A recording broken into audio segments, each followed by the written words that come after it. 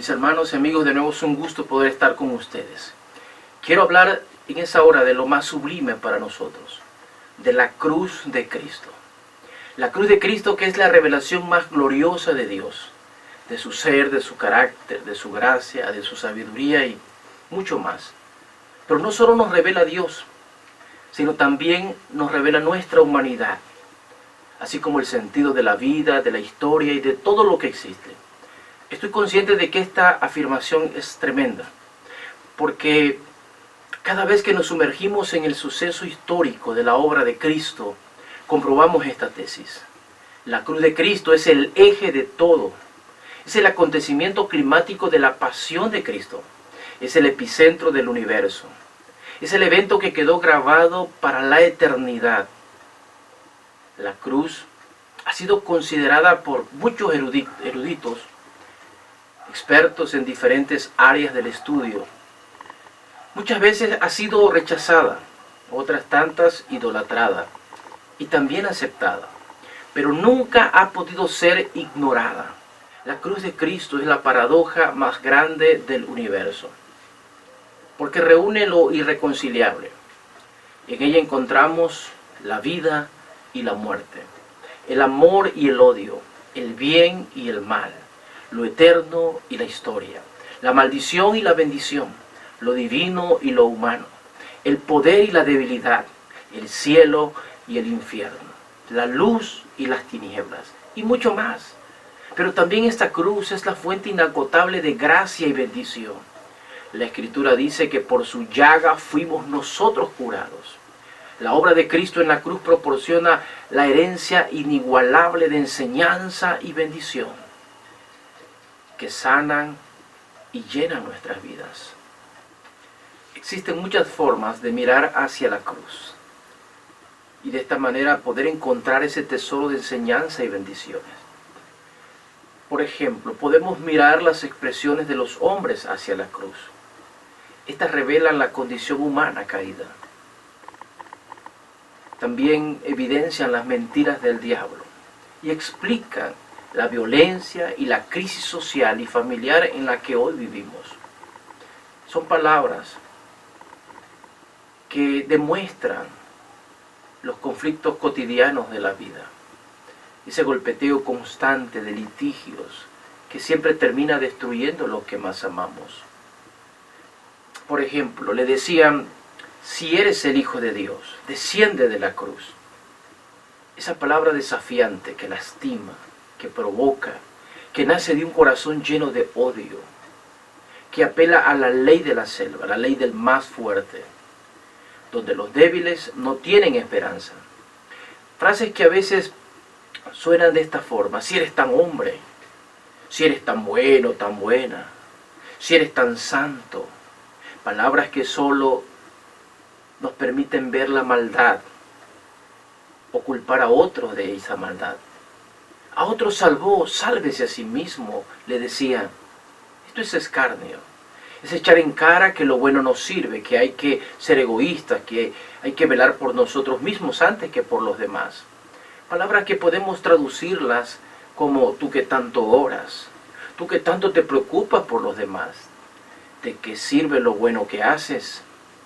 Es evidente que las intenciones diabólicas están de fondo, pero sin duda que esa serpiente astuta ha engañado a tantos que siguen golpeando con palabras tanto en las calles como en el hogar. Si tú eres víctima del abuso verbal de los demás, pelear no es la solución. La guerra solo causa más guerra. Pero Jesús te entiende. Él es nuestro sumo sacerdote que puede compadecerse de nuestras debilidades porque fue tentado en todo conforme a nuestra semejanza. Él no solo nos entiende, sino que Él llena el vacío de nuestro corazón. Sus palabras producen vida en nosotros. Le decían también: si Dios es tu Padre, que te libre ahora. Esto no es sino la versión de las palabras de la serpiente en el huerto, distorsionando el carácter de Dios, queriendo decir que Dios no nos ama o no es poderoso para defendernos. Sin embargo, sus mentiras nunca suplantarán la verdad, Porque Dios es bueno y para siempre es su misericordia. Dios nos ama hasta lo sumo y lo demostró en la cruz. Por eso nunca debemos dudar de su bondad, de su poder. Si Él soporta nuestro dolor, nuestro sufrimiento, es porque tiene preparado una gloria mayor y más trascendente para cada uno de nosotros. Pero debemos confiar. En estas frases dirigidas hacia la cruz, podemos notar cómo herían el alma. Y esas palabras eran más dolorosas que los mismos látigos que golpearon su cuerpo. Un escarnio emocional, una crueldad. Pero no solo es lo que se dijo, sino lo que no se dijo. Las actitudes de los hombres en torno a su sacrificio. En este sentido encontramos, por ejemplo, la cobardía de un líder, Poncio Pilato, quien, teniendo la justicia en sus manos, dejó que el pueblo expresara su deseo perverso y ejecutara su voluntad asesina. Obviamente movidos por las insinuaciones del enemigo. También está la indiferencia de Simón de Cirene, quien, ajeno al evento más importante del universo, él seguía en sus tareas cotidianas. Pues no cruzaba por su mente la idea de lo eterno, como hoy día muchos continúan haciéndolo, viviendo una vida agitada, confundida y afanada como Marta, la hermana de Lázaro. ¿Te has preguntado para qué vivimos? ¿Qué sentido tiene todo lo que hacemos? ¿Se trata la vida solo de sobrevivir o de amontonar riquezas? ¿Podrías detenerte un momento a contemplar al Salvador? ¿Podrías tomar su cruz y caminar el sendero del Gólgota? ¿O harás como muchos, quienes usan estos momentos para sus propios intereses ciegos y la satisfacción de sus propios deseos? Sin duda que si me estás escuchando será imposible que continúes el camino sin considerar a Jesús en esa cruz. Una cruz reveladora que evidencia las intenciones de nuestro corazón, pero también que nos revela el amor inmenso de Dios por cada uno de nosotros. Estoy convencido que escucharás el llamado que te hace el Señor desde la cumbre de su gracia, que se manifestó en aquel lugar llamado el lugar de la calavera. O la traición de Judas. ¿Cuántas personas dicen llamarse creyentes? Asisten a un templo, practican una religión, pero con sus hechos traicionan el Evangelio de Jesucristo. Le dan la espalda a la verdad de las Escrituras.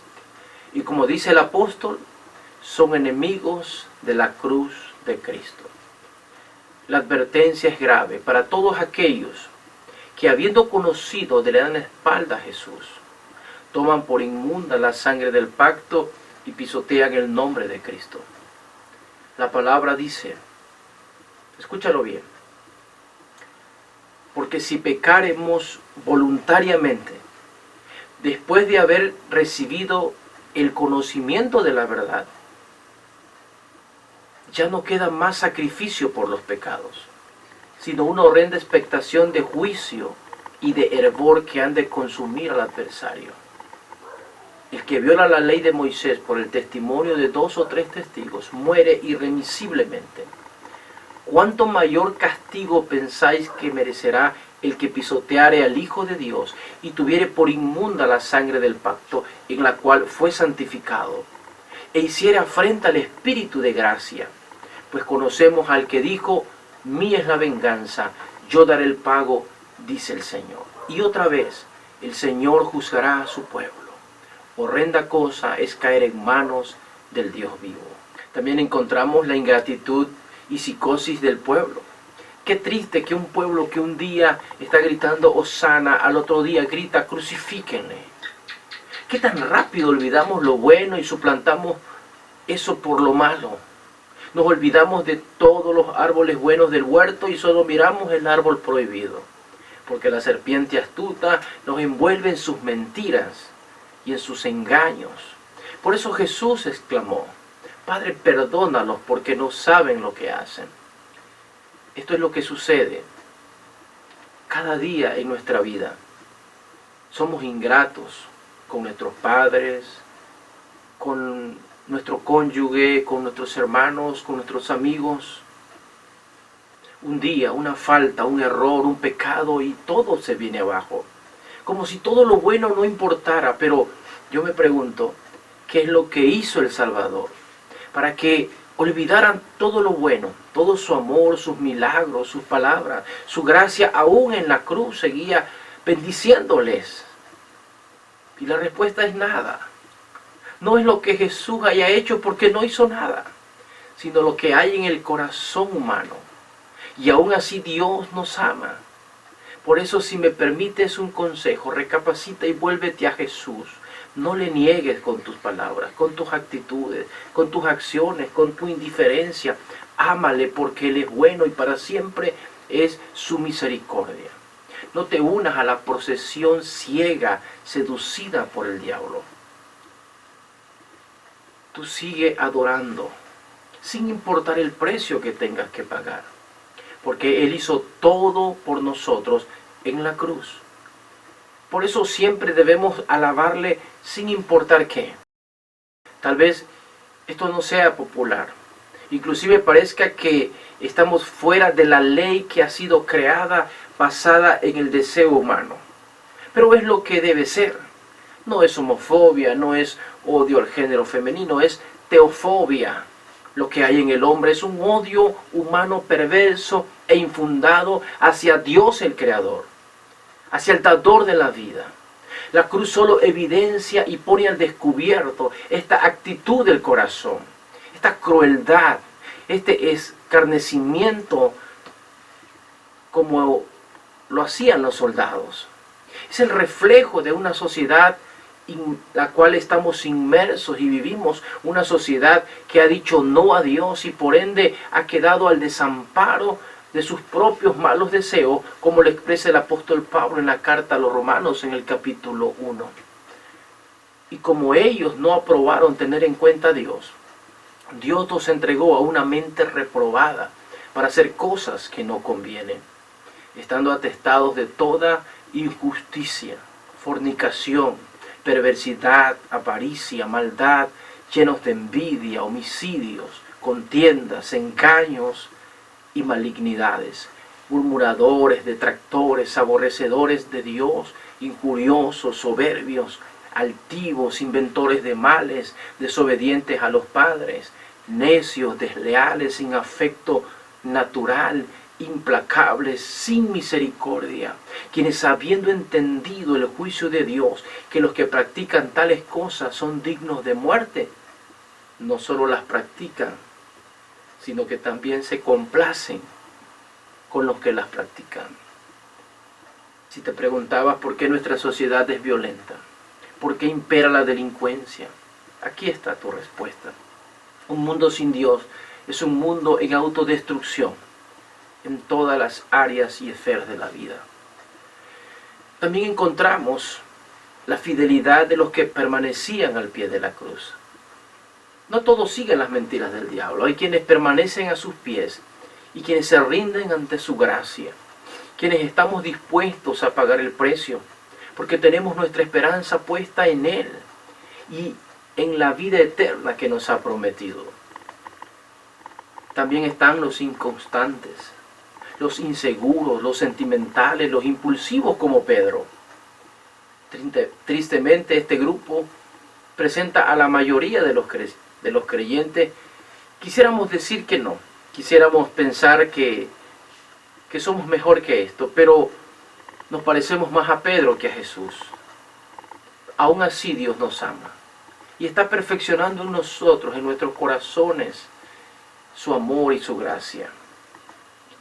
Él nos ayuda a vencer nuestros temores, para que podamos ser fieles hasta la muerte, para que no perdamos la esperanza. Si caes, levántate, como dice la Escritura en la carta a los Hebreos. Levantad las manos caídas y las rodillas paralizadas. Levántate tú que duermes y te alumbrará Cristo. Está también la insolencia de un condenado. A veces no podemos entender cómo alguien que está al borde de la muerte puede seguir con esta actitud impenitente, quejándose, reclamando, sin darse cuenta de su condición. Pero es así cuando Dios nos abre el corazón y los ojos.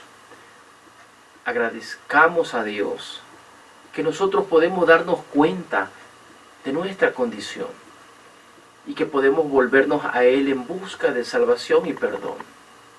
Debemos pues dejar de ser insolentes, de criticar, de murmurar, de reclamar.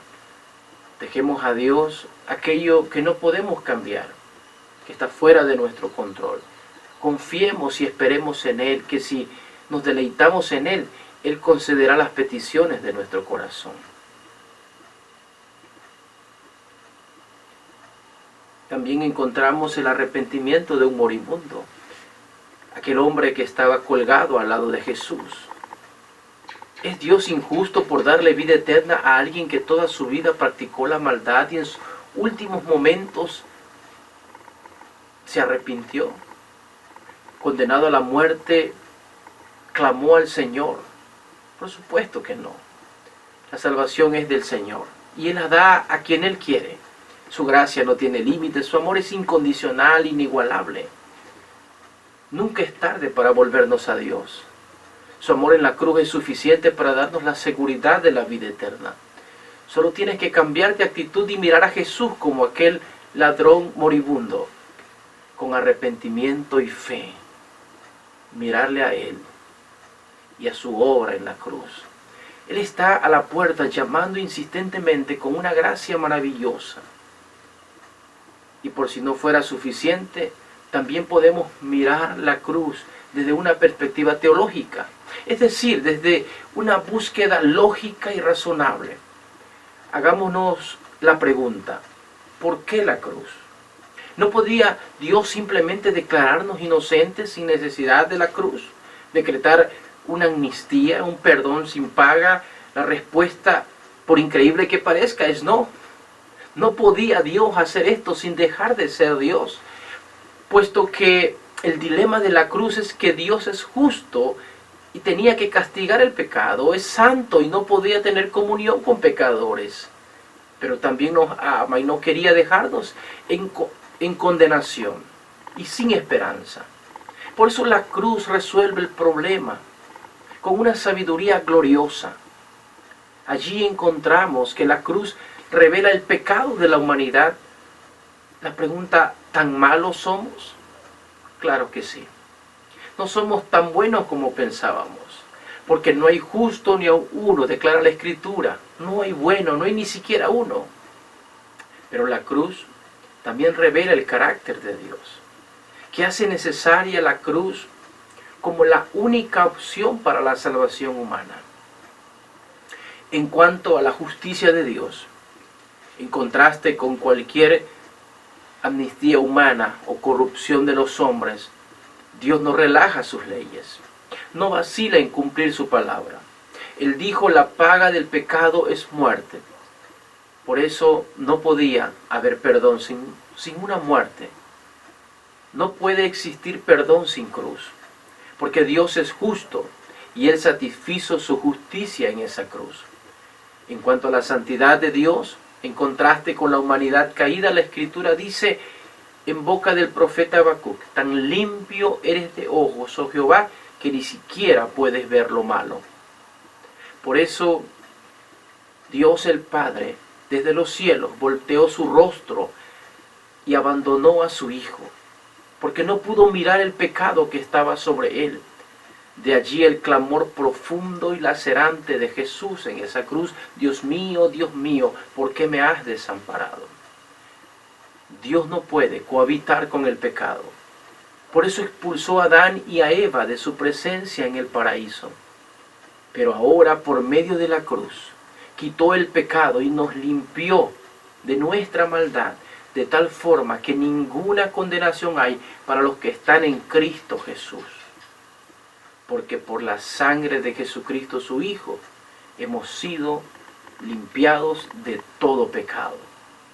Así el amor de Dios en su máxima expresión cumple su propósito al hacer posible el perdón y por ende la comunión perdida entre Dios y el hombre. Esto solo fue posible debido a la sabiduría infinita de Dios, quien desentrañando y resolviendo el dilema humano, hizo posible no solo la salvación, sino la comunión del hombre con Dios, de Dios con su pueblo. Queridos hermanos y amigos que me escuchan, no pases de largo, no te unas a la procesión malvada que desprecia a Dios y aborrece sus leyes. No seas parte de las estadísticas sociales de violencia y criminalidad. No dejes que el enemigo te engañe. Dios es bueno y ha llegado a nosotros con un amor sin límite expresado en una cruz. Dobla tus rodillas y ríndete a Él, que Él quiere morar contigo, transformar tu vida y darte la seguridad de una vida eterna y una gloria celestial. Permanezcamos pues al pie de la cruz, confiados en el sacrificio maravilloso de Jesús, porque solo esta es la única razón por la que tenemos salvación. Y esta obra de la cruz es la expresión sublime de su gracia, de su amor y de su gloria. Que Dios les bendiga.